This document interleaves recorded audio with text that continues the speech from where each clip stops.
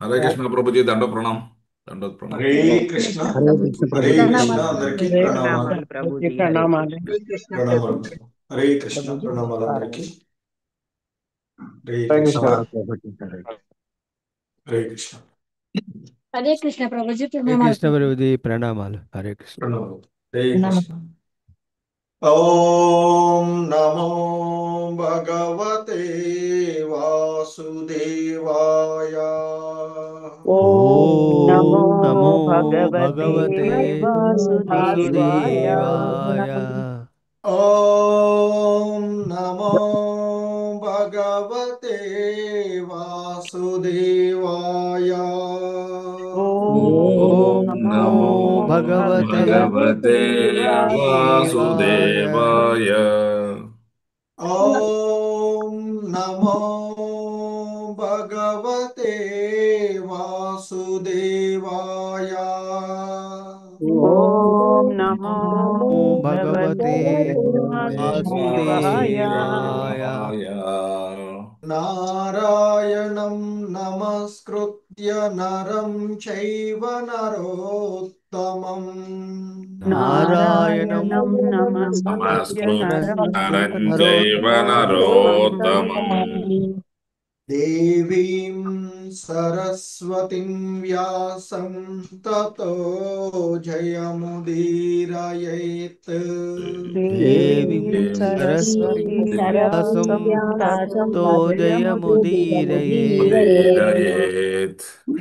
नष्टप्रायेष्वभद्रेषु नित्यं भागवत सेवया नष्टप्रायेषु नष्टप्रायेषु नष्टप्रायेष्वभद्रेषु अभद्रेषु नित्यं नित्यं नित्यं भागवत सेवया। भागवतसेवया सेवया। भगवती उत्तमश्लोके भक्तिर्भवति नैष्टिकी भगवती भगवती भगवते उत्तमश्लोके उत्तमश्लोके भक्तिर्भवति भक्तिर्भवति नैष्ठिकी नैष्ठिकी। హరే కృష్ణ. సో ఈరోజు శ్రీమద్ భాగవతము క్లాసులకి అందరికీ కూడా ఇస్కాన్ మంగళూరు శ్రీ శ్రీ రాధా గోవింద ఆలయం తరపున స్వాగతం సుస్వాగతం. సో ఈ నిత్యం భాగవత సేవయ అనేటువంటి ఈ కార్యక్రమంలో మనము ఆ శ్రీమద్ భాగవతము 4వ స్కందము 8వ అధ్యాయము ఈరోజు 33 మరియు 34వ శ్లోకాలను ఇస్కాన్ సంస్థాపక ఆచార్యులైనటువంటి శ్రీల ప్రభుపాదుల వారి యొక్క వివరణం ద్వారా ఈ శ్లోకాలను అవగాహన చేసుకోవడానికి ప్రయత్నం చేద్దాము. హరే కృష్ణ.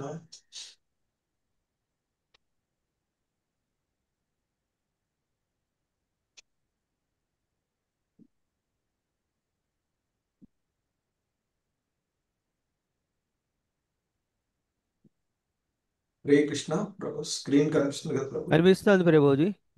కనిపిస్తుంది ఓకే. మీ వాయిస్ కూడా క్లియర్గా ఉంది. హరే కృష్ణ. హరే కృష్ణ.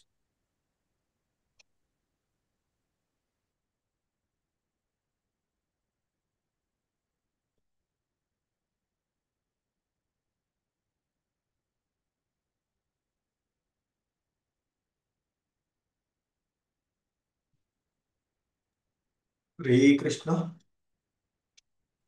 శ్రీమద్ భాగవతము 4వ స్కందము 8వ అధ్యాయము 33వ శ్లోకము. హరే కృష్ణ. Please read. యస్య యద్దైవ విహితం यस्य यद्दैव विहितम् యస్య యద్దైవ విహితం यस्य यद्दैव विहितम् హరే కృష్ణ.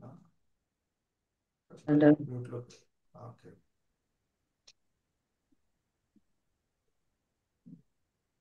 యస్య యద్దైవ విహితం यस्य यस्य यद्दैव एव विदितं विहितम् స తేన సుఖ దుఃఖయోః सतेन सुखदुःखयोः స తేన సుఖ దుఃఖయోః तेन सुखदुःखयोः सुखदुःखयोः తేన సుఖ దుఃఖయోః సతేన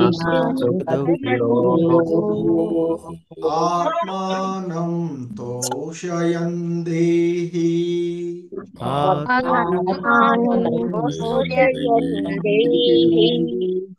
ఆత్మానం తోషయన్ దేహి ఆత్మానం ఆత్మానం తోషయన్ దేహి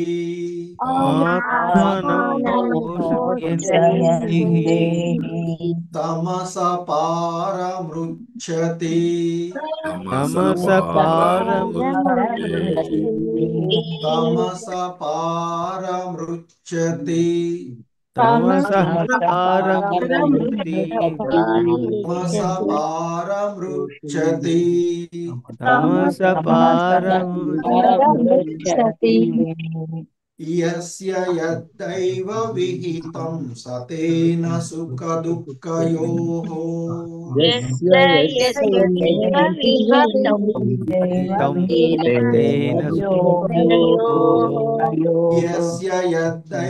విహితం సతేన సుఖ దుఃఖయోః యస్య యద్యైవ విహితం సుఖ దుఃఖయోః ఆత్మానం తోషయన్ దేహి తమస పారమృచ్యతి ఆత్మానం ఆత్మానం తోషయన్ దేహి తమస పారమృచ్యతి ఆత్మానం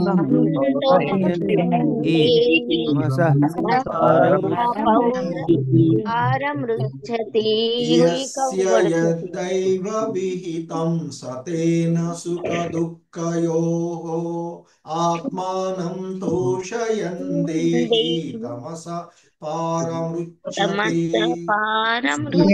యస్యైవ విహితం సుఖ తమస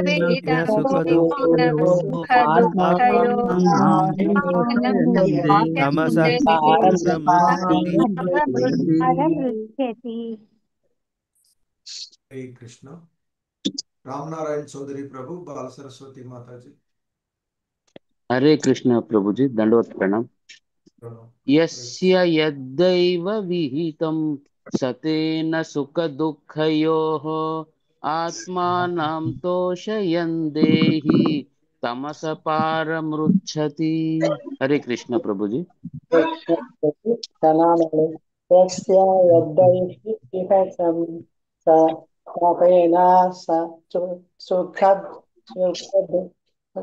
సుఖ దుఃఖయోః ఆత్మానం తోషయన్ దేహి తమస పారముచ్యతి. ధన్యవాదాలు.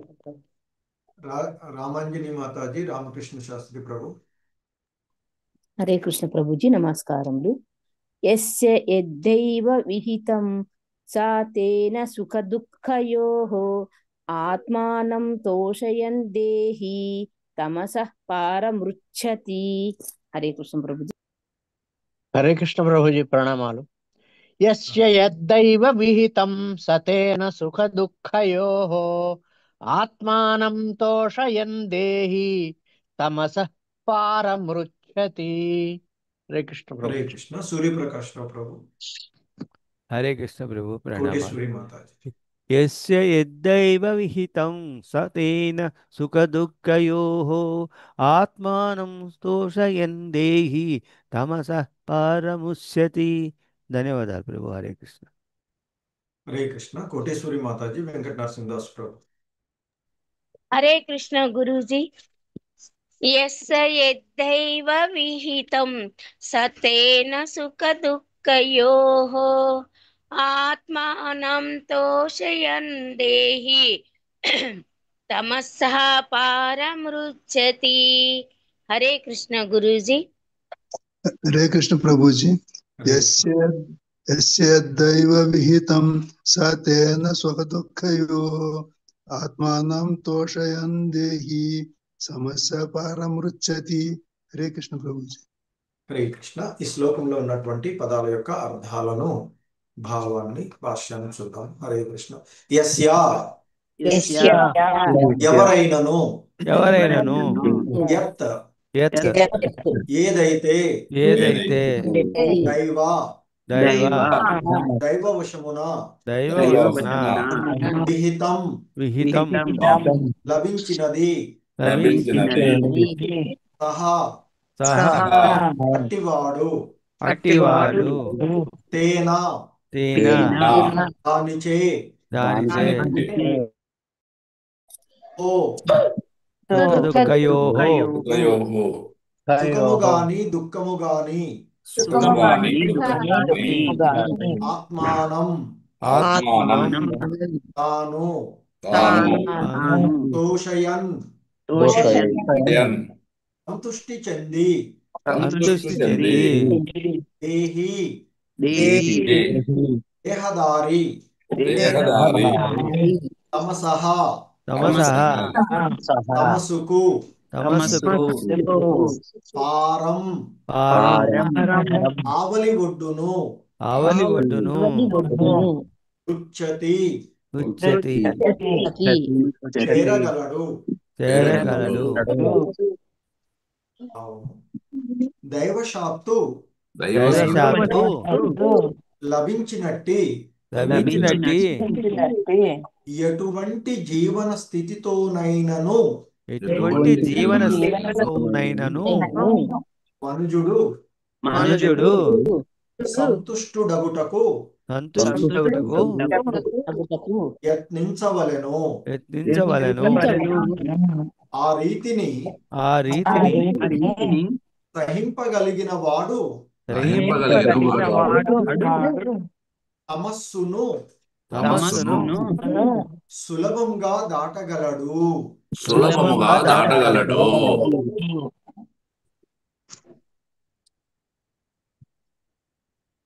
భౌతిక జీవనము పుణ్య పాపకర్మలను కూడియుండును. మనుజుడు భక్తికి అన్యమగు కార్యమునందు నియుక్తుడై ఉన్నంత వరకు అది భౌతిక జగమున సుఖదుఃఖములనే వసుగుచుండును. నామమాత్ర భౌతిక సౌఖ్యమును అనుభవించునప్పుడు పుణ్య కార్యఫలమును తరిగించుకున్నామనియే మనము తెలుసుకొనవలెను. ఇక కష్టములను అనుభవించుచున్నప్పుడు పాప ఫలములను తగ్గించుకొనుచున్నామని తెలుసుకొనవలెను. కానీ పాప పుణ్య కర్మల ఫలముగా కలుగుచుండు సుఖదుఃఖముల ఎడ ఆసక్తులముగాక ఆ తమస్సు నుండి బయటపడగోరుదుమేని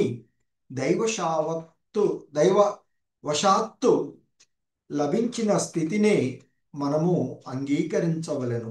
ఆ విధంగా కేవలము శ్రీకృష్ణ భగవానుని శరణుజొచ్చినచో భవబంధముల నుండి మనము ముక్తులము కాగలము.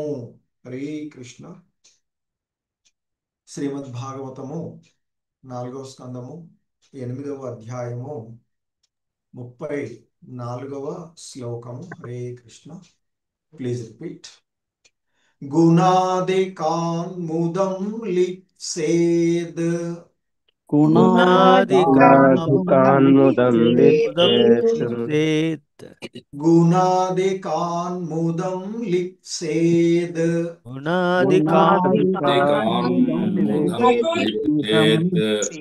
గుణాదికాన్ముదం లిప్సేద్ గుణాదికాన్ముదం లిప్సేద్ అనుక్రోశం గుణాదమాత్ అనుక్రోశం గుణాదమాత్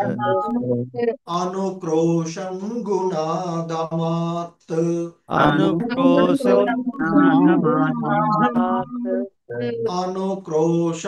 గుణాదమాత్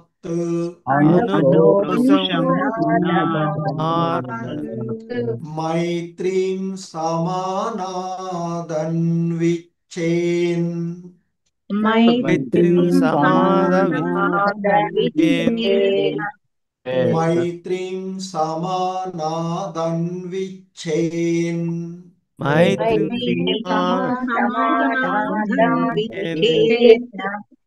मैत्रीं समानादन्विच्छेन् मैत्रीं समानादन्विच्छेन् नतापैरभिभूयते नतापैरविभूयते नतापैरभिभूयते नतापैरभिभूयते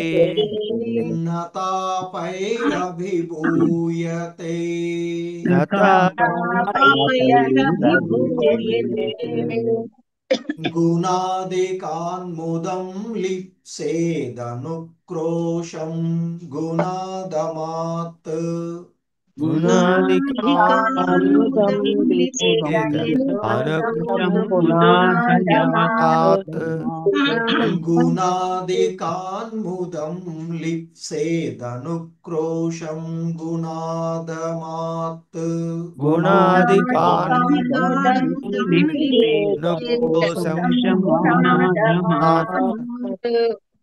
मैत्रीं समानादन्विच्छेन्न तापैरभिभूयते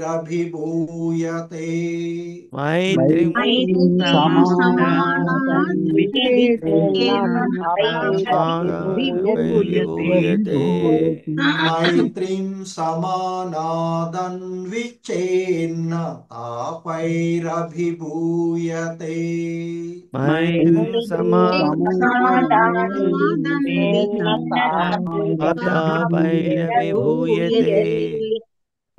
गुणादिकान्मुदं लिप्सेदनुक्रोशं गुणाधमात् मैत्रीं समानादन्विच्छेन्न तापैरभिभूयते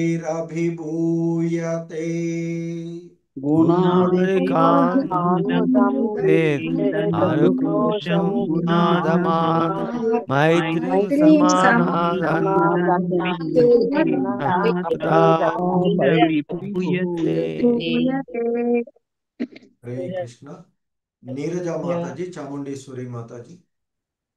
हरे कृष्ण प्रभु जी, प्रणामालु।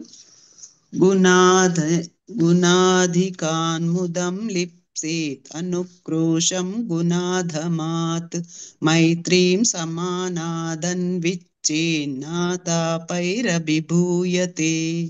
धन्यवाद। हरे कृष्ण प्रभु।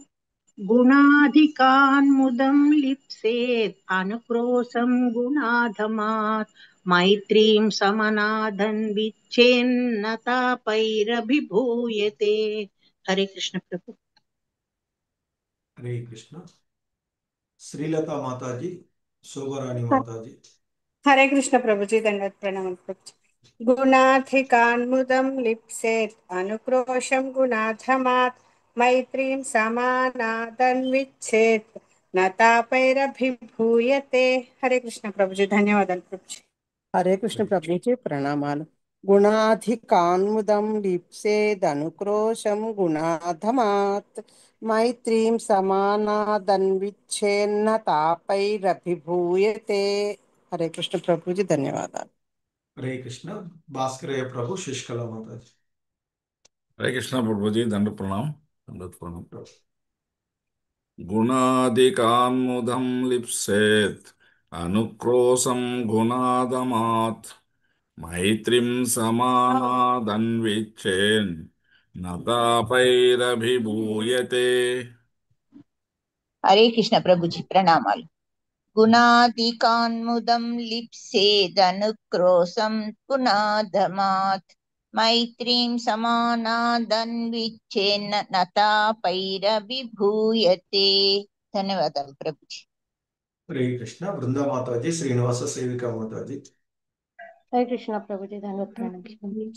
गुणाधिकान्मुदं लिप्सेत् अनुक्रोशं गुणाधमात् मैत्रीं समानादन्विच्छेन्न तापैरभिभूयते। हरे कृष्ण। हरे कृष्ण प्रभु जी, प्रणाम प्रभु जी। गुणादिकान्मुदं लिप्सेत् अनुक्रोशं गुणाधमात् मैत्रीं समादन्विच्छेन् తాపన్న పైరభిభూయతే. హరే కృష్ణ. ప్రణామాలు. చంద్రవతి మాతాజీ. రామకృష్ణ ప్రభు. हरे कृष्ण प्रभु जी। गुणाधिकान्मुदं लिप्सेत् अनुक्रोशं गुणाधमात् मैत्रीं समानादन्विच्चेत् न तापैरभिभूयते। हरे कृष्ण प्रभु जी। हरे कृष्ण प्रभु जी। गुणाधिकान्मुदं लिप्सेत् अनुक्रोशं गुणाधमात् मैत्रीं समानादन्विच्चेत् न तापैरभिभूयते। हरे कृष्ण। హరే కృష్ణ. ధన్యవాదాలు. సో ఈ శ్లోకంలో ఉన్నటువంటి పదాల యొక్క అర్థాలు మరియు భావాన్ని చూద్దాం. గుణాధికాత్ అధిక గుణ సంపన్నుడు. ముదం ముదము.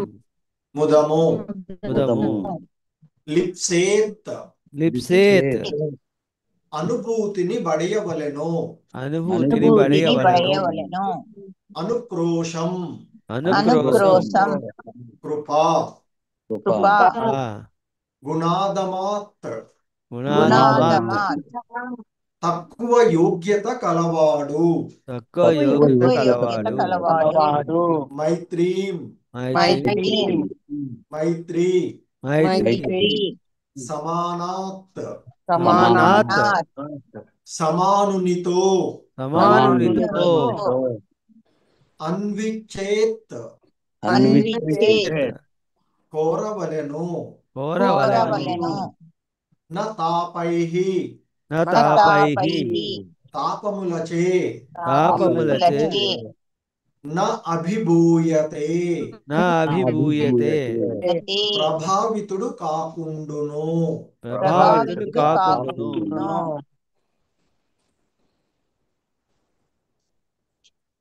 భావము శ్రీల ప్రభుపాదుల వారు. మనుజుడు తన కన్నను అధిక గుణ సంపన్నుని కలిసినప్పుడు మిక్కిలి ముదమందవలెను. తన కన్నను తక్కువ యోగ్యత కలిగిన వాడు కలిసినప్పుడు అతని ఎడ కృపజూపవలెను. తనతో సమాన గుణ సంపన్నుని కలిసినప్పుడు అతనితో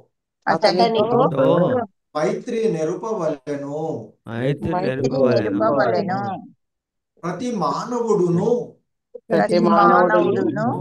ఈ రీతినే వర్తించవలెను. ఆ విధంగా అతడు భౌతిక జగత్తు యొక్క త్రివిధ తాపములచే ఎన్నడును ప్రభావితుడు కాకుండును.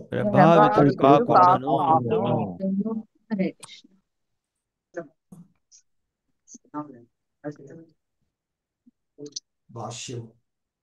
సాధారణంగా అధిక గుణ సంపన్నుని గావించినప్పుడు మనము అతని ఎడ అసూయ చెందుదుము.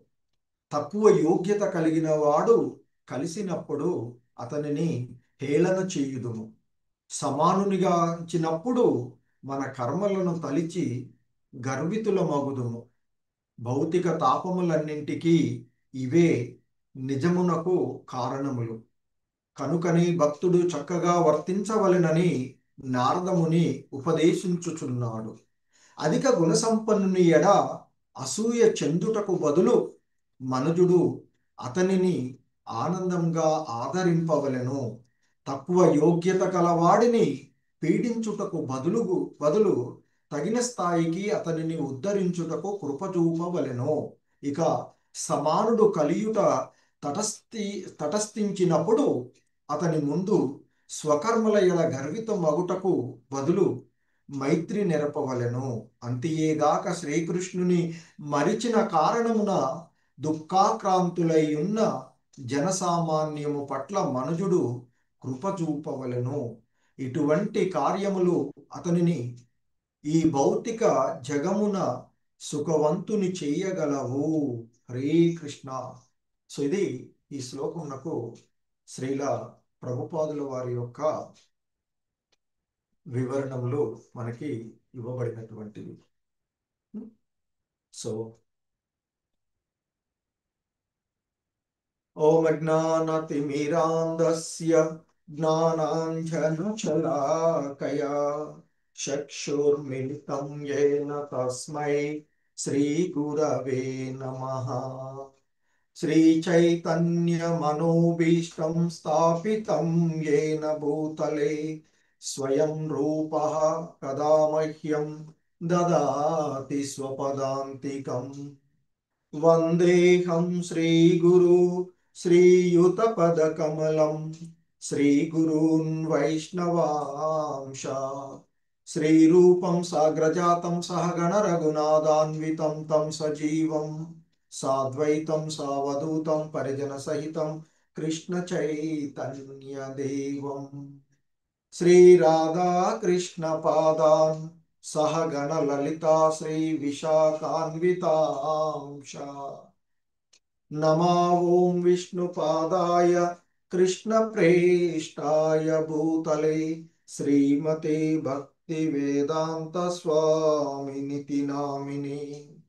నమస్తే సారస్వతే దేవే గౌరవాణి ప్రచారిణే నిర్విశేష శూన్యవాది పాశ్చాత్యదేశతారిణి. జయ శ్రీ కృష్ణ చైతన్య ప్రభు నిత్యానంద శ్రీ అద్వైత గదాధర శ్రీవాసాది గౌర భక్త వృంద. హరే కృష్ణ కృష్ణ కృష్ణ హరే హరే హరే రామ రామ రామ హరే హరే. హరే కృష్ణ. సో ఆ ధ్రువుడు గృహమును వీడినటువంటి పరిస్థితులలో ఆ విషయాన్ని తెలుసుకున్నటువంటి నారద మహర్షి ధ్రువుడిని సమీపించి ఆ ధ్రువుడికి హితబోధ చేస్తూ ఉన్నటువంటి అంశాలను మనము చూస్తూ ఉన్నటువంటిది.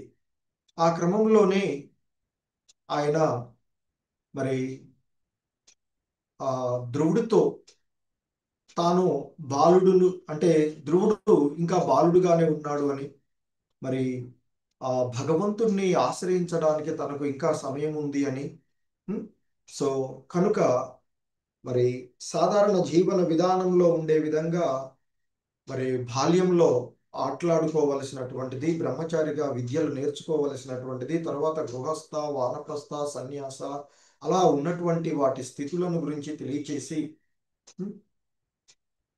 మరి ఆ విధంగా నీవు పెద్దవాడివైన తర్వాత మరి ఇప్పుడు ఏదైతే నువ్వు ఆచరిస్తామో అని అనుకుంటున్నావో ఆ యోగము, ఆ తపస్సు, ఇవన్నీ కూడా చాలా కష్టతరమైనటువంటివి. నిరంతరము సమాధిమగ్నులై ఉన్నటువంటి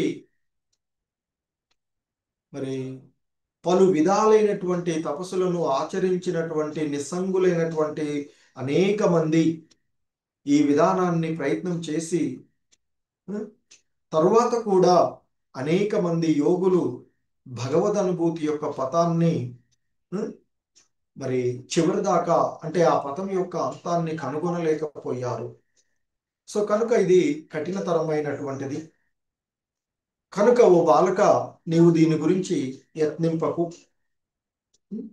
సో నీవు ప్రయత్నం చేసినా అది ఫలదీకరణం చెందడం అంటే సఫలీకృతం కావడం అనేటువంటిది కష్టమే. కాబట్టి నీవు ఇంటికి వెళ్ళి నీ యొక్క సహజమైనటువంటి ఆ ప్రవృత్తిలో నిమగ్నమై ఉండడము ఉత్తమము సో మరి భగవంతుని గురింటావా, అది పెద్దవాడు అయిన తర్వాత యోగాన్ని అభ్యసించి ఆ తరువాత భగవంతుని యొక్క కరుణ చేత నీకు అవకాశం లభిస్తుంది. అప్పుడు నీవేదైతే అనుకుంటున్నావో ఈ కార్యాన్ని నిర్వహింపగలవు అంటూ అతడు ధ్రువుణ్ణి పరీక్షిస్తూ చెప్పినటువంటి విషయాలను గురించి మనము పూర్వపు శ్లోకాలలో చూసినటువంటిది. కానీ వాస్తవానికి ఎందుకంటే ఆ విధంగా పరిపక్వ స్థితికి వచ్చిన తర్వాతనే ఆ వానప్రస్థను కూడా త్యజించి సన్యాసాన్ని స్వీకరించి అప్పుడు అతడు భక్తియుత సేవకి అంకితం కాగలడు అనేటువంటి విధంగా అతడు బోధించినటువంటిది. అది ఒక రకంగా ఆ ధ్రువుడిని పరీక్షించుటకే నారదుని ఆ విధంగా పలుకుతూ ఉన్నాడు అని. వాస్తవమైనటువంటి విషయం ఏంటంటే, ప్రత్యక్ష ఉపదేశం ఏమిటంటే, మనుజుడు జీవితం నందు ఏ స్థితి నుండైనా భక్తి యోగంను ఆరంభించవచ్చు అనేది యథార్థమైనటువంటి ఉపదేశం. కానీ ఇక్కడ మరి ధ్రువుడితో దేవర్షి నారదుడు ఆ విధంగా అంటూ ఉన్నాడంటే, ధ్రువుడిని ఒక రకంగా పరీక్షించడానికి, అతడు స్థిరమైనటువంటి స్వభావంతో ఉన్నాడా లేదో అని పరీక్షించడానికి నారద మహర్షి చేసినటువంటి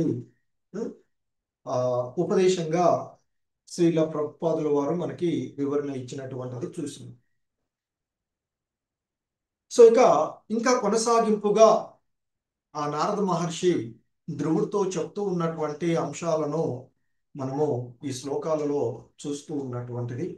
అంటే నారదుల వారు ఆ ధ్రువుడికి చేస్తూ ఉన్నటువంటి ఉపదేశాలు, అంటే ఇక్కడ ఆయన్ని పరీక్షించేటువంటి విషయము ఇక్కడతో దాదాపుగా ఈ శ్లోకాలతో 32, 33, 34తో ముగుస్తూ ఉంటుంది. తర్వాత ధ్రువుడు ఏమంటాడో చూడవచ్చు. సరే, మరి ఇక్కడ ఆ నారద మహర్షి ఇంకా కొనసాగిస్తూ ధ్రువుడితో అంటూ ఉన్నాడు, యస్య యద్దైవ విహితం సతేన సుఖ దుఃఖయోః. యస్య ఎవరైనా కూడా, యత్ దైవ విహితం అంటే ఏదైతే దైవ అనుగ్రహం వలన లభించినదో, యద్దైవ విహితం, యత్ దైవ విహితం అంటే దైవవశమున ఏదైతే లభించినదో, సతేన సుఖ దుఃఖయోః ఆ అట్టి లభించినటువంటి ఆ సుఖం గాని దుఃఖమును గాని, అంటే అది సుఖకరమైనటువంటి ఆనందకరమైనటువంటి విషయమైనా దుఃఖకరమైనటువంటి విషయమునైనా, అంటే ఎటువంటి జీవన స్థితిలోనైనా ఆత్మానం తోషయన్ దేహి తమస పారమృచ్చతి. సో అలా సంతృష్టి అవడానికి ఆత్మానం అని చెప్తున్నారు. తాను ఆ విధంగా లభించినటువంటి దైవ వశాత్తు లభించినటువంటి దానితో తాను తోషయన్ సంతృష్టి చెందినట్లయితే, దేహి ఈ దేహాన్ని ధరించినటువంటి ఈ దేహదారి మనుజుడు ఇక్కడ. సో తమస పారమృచ్చతి. తమస అంటే తమస్సుకు, ఆ తమో గుణాలు ఏదైతే ఉన్నాయో ఆ గుణం నుండి. ఎందుకంటే సాధారణంగా ఇప్పుడున్నటువంటి పరిస్థితులలో, ఇంతకుముందు కూడా ప్రతిసారి మనము ప్రస్తావించుకుంటూ ఉన్నటువంటి అంశము, సాధారణంగా ప్రతి ఒక్కళ్ళు కూడా ఈ యుగంలో మనము ఆ సర్వజనులు కూడా శూద్రులుగానే, అంటే తమో గుణంలోనే పుడుతూ ఉన్నటువంటి వాళ్ళు. కాబట్టి మన యొక్క కర్మల చేతనే మనల్ని మనము ఆ తమో గుణము నుండి, తమో రజోగుణాల నుండి బయటపడి సత్వ స్థితికి, శుద్ధ సత్వ స్థితికి చేరుకోవలసినటువంటిది మనకి చెప్పబడినటువంటిది అంశం. కనుకనే ఇక్కడ ఆయన చెప్తూ ఉన్నాడు, దైవవశాత్తు లభించినటువంటి ఎటువంటి జీవన స్థితిలోనైనా, అంటే మనకు లభించినటువంటి ఈ స్థితి, పూర్వ జన్మ కర్మలను అనుసరించి మనకు లభించినటువంటి ఈ స్థితులలో అది దుఃఖకరమైన లేదా సుఖదాయకమైనటువంటిదైనా, మనుషుడు వాటితోనే సంతృష్టి చెందవలెను. ఆ రీతిగా అతడు సహింపగలిగినప్పుడు అతడు ఈ తమస్సును సులభంగా దాటగలుగుతూ ఉంటాడు. ఈ సంసార బంధనము అనేటువంటి ఈ సాగరాన్ని దాటి ఆవలి ఒడ్డుకు, ఈ భవబంధనాలు, ఈ భౌతికమైనటువంటి జగత్తు అనేటువంటి సంసార సాగరాన్ని దాటి అవతలకి చేరుకోగలడు, అంటే ముక్త స్థితికి చేరుకోగలడు అనేటువంటిది ఇక్కడ చెప్తూ ఉన్నటువంటిది. ఎందుకంటే ఈ భౌతిక జగత్తులో ఈ దేహాన్ని పొందినటువంటి, ఎందుకంటే ఈ ఉద్భవించినటువంటి ఈ దేహము తాత్కాలికమైనటువంటిది. సో ఇదంతా కూడా ఎందుకు మరి జరుగుతుందంటే మనలో కలిగినటువంటి ఆ భావనలకు అనుకూలంగా మనం చేసినటువంటి కర్మలను అనుసరించి ఈ 84 లక్షల రకాలుగా ఉన్నటువంటి దేహాలలో ఏదో ఒక దేహాన్ని, ఆ స్థితిని అనుసరించి పొందడం జరుగుతుంది. కనుక ఈ భౌతిక జీవనము అనేటువంటిది పూర్వజన్మలలో చేసినటువంటి ఆ పుణ్య పాప కర్మలతో కూడుకున్నటువంటిది. మంచి పనులు చేసి ఉన్నటువంటి దానికి మంచి ఫలితాలను అనుభవించడానికి, చెడు పనులు చేసిన వాటికి చెడు ఫలితాలను, ఎందుకంటే ప్రతి చర్యకు కూడా ప్రతిచర్య ఉంటూ ఉంటుంది. మనం చేసేటువంటి ఏ చర్యకైనా ప్రతిచర్య ఉంటుంది. కనుక మనం అది మంచి అయితే మంచి ఫలితం ఉంటుంది, మంచి ప్రతిచర్య వస్తుంది, చెడైతే చెడు ప్రతిచర్య వస్తుంది. సో అలా ఈ భౌతిక జీవనము అనేటువంటిది మరి పాప పుణ్యాలతో కూడి ఉన్నటువంటిది. కనుక మనిషి మరి భక్తికు అన్యమైనటువంటి కార్యమునందు నియుక్తుడై ఉన్నంత వరకు, అంటే భక్తియుతమైనటువంటి సేవలో నిమగ్నం అవ్వనంత వరకు, అంటే కృష్ణ చైతన్యంలో రానంత వరకు మరి ఇక ఈ భౌతిక జగమున సుఖదుఖములనే వసుగుచుండును అంటూ చెప్తూ ఉన్నటువంటి ఇదే విషయాన్ని భగవద్గీతలో కూడా సాక్షాత్ కృష్ణ భగవానులు వారు చెప్తారు. అసుర భావాలు కలిగి ఉన్నటువంటి వాళ్ళు చేస్తూ ఉన్నటువంటి ఆ కర్మలను అనుసరించి తిరిగి అదే ఆసుర భావాలు కలిగినటువంటి యోనులలోనే పడవేస్తూ ఉంటాను, అంతకంతకి వాళ్ళు దిగజారిపోతూ ఉంటారు అని చెప్తారు. అలాగే భక్తి భావాలను పెంపొందించుకున్నటువంటి వారు 6వ అధ్యాయంలో చెప్తారు, ఉన్నతమైనటువంటి వంశాలలో ఆధ్యాత్మికంగా పురోభివృద్ధి చెందడానికి అవకాశం ఉన్నటువంటి కుటుంబాలలో జన్మిస్తూ ఉంటారు. సో అలాగే ఇక్కడ ధ్రువుడు కూడా ఆ భావనలో, ఇక్కడ క్షత్రియ కుటుంబంలో ఆ విధమైనటువంటి భావాలు ఉన్నటువంటి కుటుంబంలో అతడు జన్మించడం జరిగినటువంటిది. కనుకనే అతడు క్షత్రియులుగా తనకు సహజ సిద్ధమైనటువంటి తన యొక్క స్థితిని ఇక్కడ ప్రదర్శించినటువంటి స్వల్పమైనటువంటి అవమానాన్ని కూడా అతడు భరించకుండా తీవ్రంగా పరిగణించినటువంటి విషయాన్ని ఇక్కడ చూసినటువంటి. సో కనుక మరి మనము ఈ భౌతిక జగత్తులో నామమాత్రమైనటువంటి సుఖాలను అనుభవిస్తూ, ఎందుకంటే ఇవన్నీ కూడా నామమాత్రమైనవే అని చెప్తారు. నిజమైనటువంటి ఆనందము ఆ భగవంతుని యొక్క ధామంలో, భగవంతుని యొక్క సేవలో నిమగ్నమైనప్పుడే కలిగేటువంటి. కానీ మనం దానికి బదులుగా ఈ భౌతిక జగత్తులో మన ఇంద్రియాలను భోగించడానికి మనకు అనిపించేటువంటి, మనం ఇక్కడ ఏదో సుఖంగా ఉంటున్నాను అని భావిస్తూ మంచి మంచి బంగ్లాలలో లేదా మంచి మంచి లగ్జరీ కార్లు ఉపయోగించుకుంటూ ఈ భౌతికమైనటువంటి సుఖాలను మనము అనుభవిస్తూ ఉన్నాము అని అనుకుంటున్నటువంటిది. ఎందుకంటే చాలా మందికి మనలో కలిగేటువంటి చాలా వరకు కూడా అందరికీ అనిపిస్తూ ఉంటుంది, నేనెంతో నిష్టగా భక్తి చేస్తూ ఉన్నాను, నేను మంచిగానే చేస్తూ ఉన్నాను, ఈ జన్మలో ఇప్పుడంతా మంచిగానే ఉంటూ ఉన్నాను, కానీ నాకే కష్టాలు వస్తూ ఉన్నాయి. కానీ మా పక్కోడు గుడికి రాడు ఎన్నడు, సండే క్లాసులు ఉండవు, భగవద్గీత క్లాసులు ఉండవు, భాగవతానికి పోడు, సండే ఇస్కాన్ సంగత్వానికి రాడు, ఏదన్నా యాత్రలు పెడితే రాడు, తీర్థయాత్రలు అంటూ వేరే వెళ్తాడు, విహారయాత్రలకు వెళ్తాడు. మేమేమో మంచిగా భగవంతుని యొక్క స్థలాలన్నీ దర్శించుకుంటున్నాం, భగవంతుడిని దర్శించుకుంటున్నాం, కానీ మాకే కష్టాలు వస్తున్నాయి. చాలా క్లియర్గా ఇక్కడ అలా భావనలో ఉండి ఇంతకుముందు అడుగుతున్నటువంటి వాళ్ళకి ఇక్కడ శ్రీల ప్రభుపాదుల వారు భాష్యంలో చాలా చక్కటి వివరణ ఇచ్చారు. ఈ నామమాత్ర భౌతిక సుఖాలను ఎవడైతే అనుభవిస్తున్నాడో వాడెంతో సంతోషంగా ఉన్నాడు ఈ భౌతిక జగత్తులో అని మనం అనుకుంటూ ఉన్నామే, అది వాడు అంతకు ముందు చేసుకున్నటువంటి పుణ్య కర్మ ఫలాలను తొలగించుకుంటూ ఉన్నాడు అన్నట్టుగా. అవన్నీ పోతున్నాయి. కాబట్టి ఇప్పుడు ఏదైతే చేయకుండా ఉన్నాడు కదా, దీనికి సంబంధించిన తదుపరి అతడు అనుభవించవలసి వస్తూ ఉంటుంది. సో కాబట్టి ఇప్పుడు ఏదో ఏం చేయకపోయినా వాడెవడో సాధించి పెడితే అనుభవిస్తూ ఉంటుంటారంట. అప్పుడప్పుడు మన పూర్వీకులు చేస్తూ ఉంటుంటే చూస్తూ ఉంటుంటాం. ఇవి కొన్ని మన విధానాలలో మా ఇదిలోనే ఒక దగ్గర ఉంది, మా పాలివాళ్లలోనే ఒక చిన్న సంఘటన చెప్తాను నేను. మాకు అంటే నా కళ్ళెదురుగా జరిగినటువంటి సంఘటన. నా చిన్నతనంలో మా తాత వాళ్ళకి ఇంకొక తాత సంబంధించినటువంటి ఫ్యామిలీస్లో ఇలా ఉండేటువంటి దాదాపుగా 150 ఎకరాల ఉంది. ఒక 15-20 మంది ఏమంటాం మనం పాలేర్లు వీళ్ళు అంటుంటారు, జీతగాళ్ళు అట్లా వచ్చేది. అలా వచ్చి చేసిపోయేటువంటి పరిస్థితి చూసేవాడిని నేను చిన్న పక్క. తదుపరి ఆయన ఏదైతే ఉన్నారో ఆయన పోయిన తర్వాత తదుపరి వాళ్ళు ఎంతో సుఖంగా, అసలు వాళ్ళ పిల్లలు ఒక 6 వాళ్ళు ఉన్నటువంటి వాళ్ళలో ఎంతో వైభవంగా అంతా ఉండేటువంటి వాళ్ళే ఇప్పుడు ఉన్నటువంటి పరిస్థితులలో నేను చూస్తున్నటువంటిది ఏంటంటే ఇప్పుడు వేరే వాళ్ళ దగ్గరికి కూలికి పోతున్నటువంటి పరిస్థితి చూస్తాం.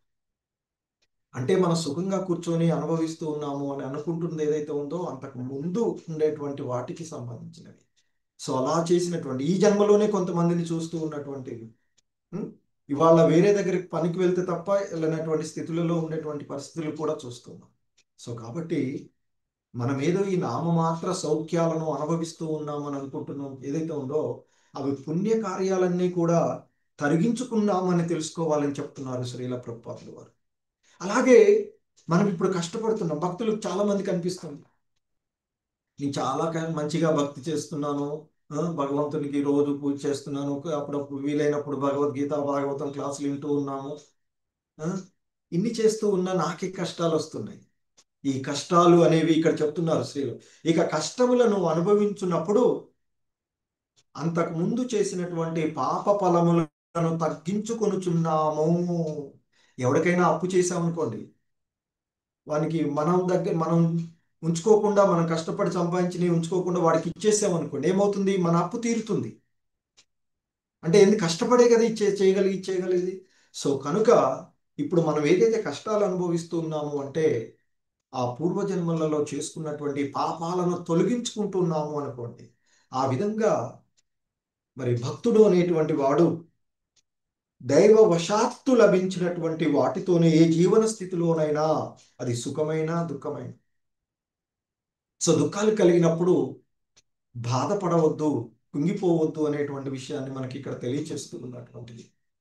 సో కాబట్టి పాప పుణ్యకర్మలు ఫలాలు మరి కలుగుచుండడము, సుఖదుఖాల ఏడ ఆసక్తులు కాకుండా మరి ఈ తమో గుణము నుండి బయటపడాలి అంటే ఆ భగవంతుని మనకిచ్చినటువంటి స్థితితో సంతృప్తి పొంది మన జీవితం యొక్క గమ్యం ఏమిటి, మన స్వధర్మం ఏమిటి అని తెలుసుకొని ఆ భగవంతుని యొక్క భక్తియుత సేవలో నిమగ్నమైనట్లయితే, ఆ భగవంతునికి శరణజొచ్చినట్లయితే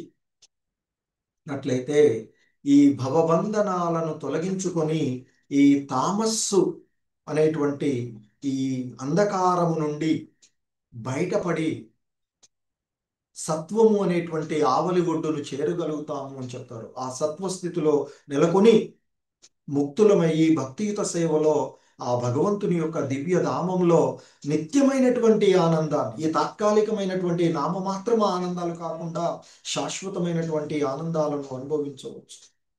అందుకే మరి మనిషి ఎలా ప్రవర్తించాలి అనేటువంటి విషయాన్ని చెప్తున్నారు ఇక్కడ తదుపరి నారద మహర్షి తదుపరి శ్లోకంలో చెప్తూ ఉన్నారు. గుణాదికాన్ముదం. సో మనకంటే అధిక గుణాలు కలిగినటువంటి వాడు, మనకంటే ఎక్కువ నాలెడ్జ్ తెలిసినటువంటి వాడు, మనకంటే ఉన్నతమైనటువంటి స్థితిలో వాళ్ళు మనకి కలిసినప్పుడు మనకేమనిపిస్తూ ఉంటుంది, సాధారణంగా శ్రీల ప్రభుపాదులు అదే చెప్తుంటారు. మనకంటే మనకు లేకుండా పక్కోడికి ఏదైనా ఉండే అనుకో, చూడు వాడు అనుభవిస్తాడు, వాడికి అది ఉంది అనే అసూయ మనకు ఉంటుంటుంది. కానీ ఇక్కడ చెప్తుంది ఏంది నారద మహర్షి, మనకంటే అధిక గుణ సంపన్నుడు మనకి తారసపడ్డప్పుడు మనం ఆనందపడాలి. ఎందుకంటే అతని నుంచి నేర్చుకోవడానికి మనకు అవకాశం లభిస్తూ ఉంటుంది. అంతేకాని అవతల యొక్క స్థితిని చూసి అసూయపడేటువంటి స్వభావాన్ని వదిలివేయాలి అని చెప్తున్నారు. కానీ సహజంగా మనకు ఉండేదే అది కదా. కానీ దాని నుండి బయటపడాలి అనేది మనకి ఇది చెప్తున్నటువంటిది. భాగవతం, భగవద్గీత ఇవన్నీ కూడా మనకి చెప్తున్నటువంటి సమత్వ భావంతో, సర్వజీవుల సమత్వ భావంతో. ఆ సమత్వము అనేటువంటిది దానికి కూడా చెప్తారు.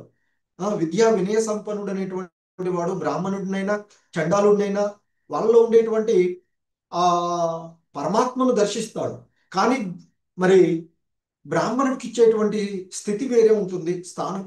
అలాగే చండాలుడికి ఇచ్చేటువంటి స్థానం వేరే ఉంటుంది కదా. అక్కడ కూడా శ్రీల ప్రభుపాదులు చక్కని భాష్యంతో, ఎందుకంటే చెప్పినట్టు అలాగే ఏనుగుని గోవుని, కుక్కను గోవుని తీస్తే కదా, గోవుకి ఇచ్చేటువంటిది రెండిట్లో కూడా సమజీవులుగా భావాలను ఇచ్చేస్తాం. కానీ గోవును పూజిస్తాము, కుక్కను పూజించాం. అలాగే బ్రాహ్మణుడు ఉంటే బ్రాహ్మణుడు ద్వారా సలహాలు తీసుకుంటాము, చండాలుడు ఉంటే అతన్ని కూడా మనిషిగా భావించి మంచి భావంతో ఉంటాం. అతని నుంచి సలహాలు తీసుకోవడానికి ప్రయత్నం చేయం.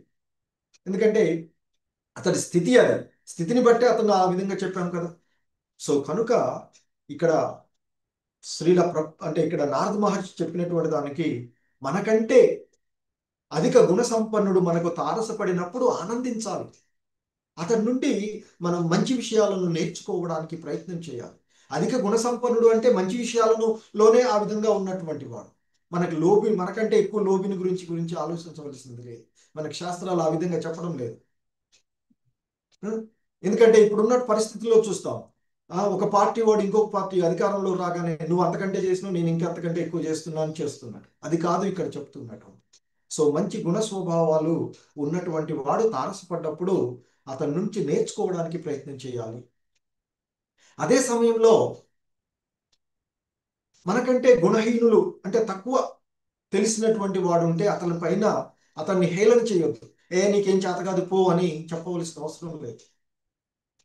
సో అతన్ని ఏ విధంగా ఉద్ధరించాలి ఆ భగవద్ మార్గంలో అని ప్రయత్నం చేయాలి. ఒకవేళ ఏదైనా తెలిసినప్పుడు అప్పుడప్పుడు నీకు ఇది కూడా తెలియదా అని మనం హేళన చేస్తూ ఉంటాం. అది చెయ్యవద్దు అనేటువంటి చెప్తున్నారు. సో ఈ విధంగా చేస్తే ఇలా వస్తుంది అని తెలుసుకునే విధంగా అతనికి మనం, అదే కదా వైష్ణవ సాంప్రదాయం, వైష్ణవ ధర్మం చెప్తూ ఉంటారు. తనకంటే హీనులమైనటువంటి స్థితిలో ఉన్నటువంటి వారిని ఉద్ధరించడానికి వాంఛా కల్పతరుభ్యశ్చ కృపా సింధుభ్య ఏవచ పతితానాం పావనేభ్యో వైష్ణవేభ్యో నమో నమః. వైష్ణవుడు అనేటువంటి వాడు ఆ విధంగానే ఉంటారు, మరి భక్తిలో ఉండేటువంటి. సో మనకంటే తక్కువ స్థితులలో అంటే అది కూడా మనం అంచనా వేసేటువంటి స్థితిలో కూడా మనం ఉండలేము, ఎలా ఎవరున్నారు అనేటువంటి. బట్ మనకంటే అధికులను ఎలాగో తెలుసుకోగలం. ఒక్కొక్కసారి మనతో సమానమైనప్పుడు చూసి గర్వం వస్తుంటుంది. ఆయనకి ఏది తెలిసిందో నాకు కూడా అదే తెలిసింది అనే కొంత ఉంటుంది భావన. అటువంటి భావన కూడా ఉండకూడదు. సో వీళ్ళిద్దరూ కలిసి వాళ్ళకి తెలిసినటువంటి విషయాలను డిస్కస్ చేసుకోవడం ద్వారా ఇంకా ఆధ్యాత్మికంగా పురోభివృద్ధి చెంది ఈ విషయాలు మనకి రూపగోస్వాముల వారు చాలా చక్కగా వివరణలు ఇచ్చినటువంటివి కూడా ఉన్నటువంటి. సో ఆ విధంగా మరి ప్రవర్తించినప్పుడు ఈ త్రివిధ తాపములు ఏవైతే ఉన్నాయో, ఆది భౌతిక ఆధ్యాత్మిక, సో ఈ తాపాలు ఏవైతే ఉన్నాయో వాటన్నిటి నుండి కూడా మనకి కలిగేటువంటి ఇతర జీవుల నుండి కానీ భగవత్ తత్వాల నుండి కానీ మన ఈ దేహాన్ని దూరించి కానీ కలిగేటువంటి తాపాలన్నిటి నుండి కూడా బయటపడగలము అనేటువంటిది మనకి చెప్తూ ఉన్నారు. సో కాబట్టి మనకంటే అధిక గుణ సంపన్నుడు కలిగినప్పుడు మిక్కిలి ఆనందించి అతడి నుండి విషయాలను నేర్చుకోవడానికి వారిని మార్గదర్శకంగా తీసుకొని మనం జీవించాలి అని. మనకంటే తక్కువ యోగ్యత కలిగిన వాడు కలిసినప్పుడు అతని ఎడ కృప చూపి అతడిని ఉద్ధరించడానికి ప్రయత్నం చేయాలి అని, మనతో సమానంగా ఉన్నటువంటి వాడితో మైత్రి చెప్పాలి అని, ఆ విధంగా ప్రతి జీవుడు కూడా ఆ విధంగానే ప్రవర్తించాలి. ఆ విధంగా ప్రవర్తించినప్పుడు ఈ భౌతిక జగత్తులో ఈ త్రివిధ తాపాలు అనేటువంటివే లేకుండా వాటికి ఎవడు కూడా ఆ విధంగా ప్రవర్తించిన వాడు ఎవడు కూడా ఈ విధమైనటువంటి తాపాలకు గురికాడు అనేటువంటిది మనకి చెప్పబడుతూ ఉన్నటువంటి. సో మరి మన వాస్తవికమైనటువంటి ధర్మం, ఎందుకంటే ఆత్మ గుణాత్మకంగా భగవంతుని విభు ఆత్మ అయినటువంటి, అంటే ఆ పరమాత్మతో గుణరీతి సమానమై కనుక మరి అలా సమానం అంటే ఆత్మ అనేటువంటిది శాశ్వతమైనటువంటిది, సనాతనమైనటువంటిది, దివ్యమైనటువంటిది, నిత్యము ఆనందమయంగా ఉండవలసినటువంటిది. కానీ ఆ భగవంతుణ్ణి మరిచిన కారణంగానే మనము దుఃఖభ్రాంతులమై మనము ఉంటూ ఉన్నటువంటిది. అలా మరి ఆ భగవంతుణ్ణి మరిచి దుఃఖక్రాంతులైనటువంటి ఉన్నటువంటి జనసామాన్యము పట్ల మనిషి అనేటువంటి వాడు కృప చూపి వారిని ఉద్ధరించడానికి ప్రయత్నం చేయాలి. సో కనుక మరి ఈ ఇస్కాన్ చేస్తున్నటువంటి ప్రయత్నాల్లో, ముఖ్యంగా మంగళూరు ఇస్కాన్ చేస్తున్నటువంటి ప్రయత్నాల్లో భగవద్గీత భాగవతం క్లాసులకి మీకు తెలిసినటువంటి వాళ్ళ నలుగురికి ఈ విషయాలు తెలుసుకోండి. ఎందుకంటే చాలా మందికి ఈ విషయాలు తెలవక ఏదో ఉన్నటువంటి స్థితులలో, సో అటువంటి వాళ్ళకి ఈ విషయాలను గురించి తెలియచేస్తూ మరి అలా చేయడం వల్ల ఈ భౌతికమైనటువంటి అజ్ఞాన అంధకారంలో కొట్టుకుపోతున్నటువంటి వాళ్ళు దాని నుండి బయటపడేటువంటి అవకాశం లభిస్తుంది. మనకు లభించినటువంటి అవకాశాలను మరికొంతమందికి తెలియచేయడమే మన ధర్మం. సో కనుకనే మరి శ్రీల ప్రభుపాదుల వారు ఈరోజు ఆ ఒంటరిగానే ఆయన ఆ వయసులో ఆ ఇస్కాన్ సంస్థను స్థాపించి ఇలా చేయడం వల్లే ఈరోజు ఇంతమందికి ఈ అవకాశాలు లభిస్తాయి. కనుక ఎవరికి వీలైనంత వరకు వాళ్ళు ఈ తత్వాన్ని, కృష్ణ తత్వాన్ని, కృష్ణ చైతన్యాన్ని తెలిసిన వాళ్లకు ఎరుకపరచడానికి ప్రయత్నం చేయి. హరే కృష్ణ. జగద్గురు శ్రీల ప్రభుపాద్ కీ జై.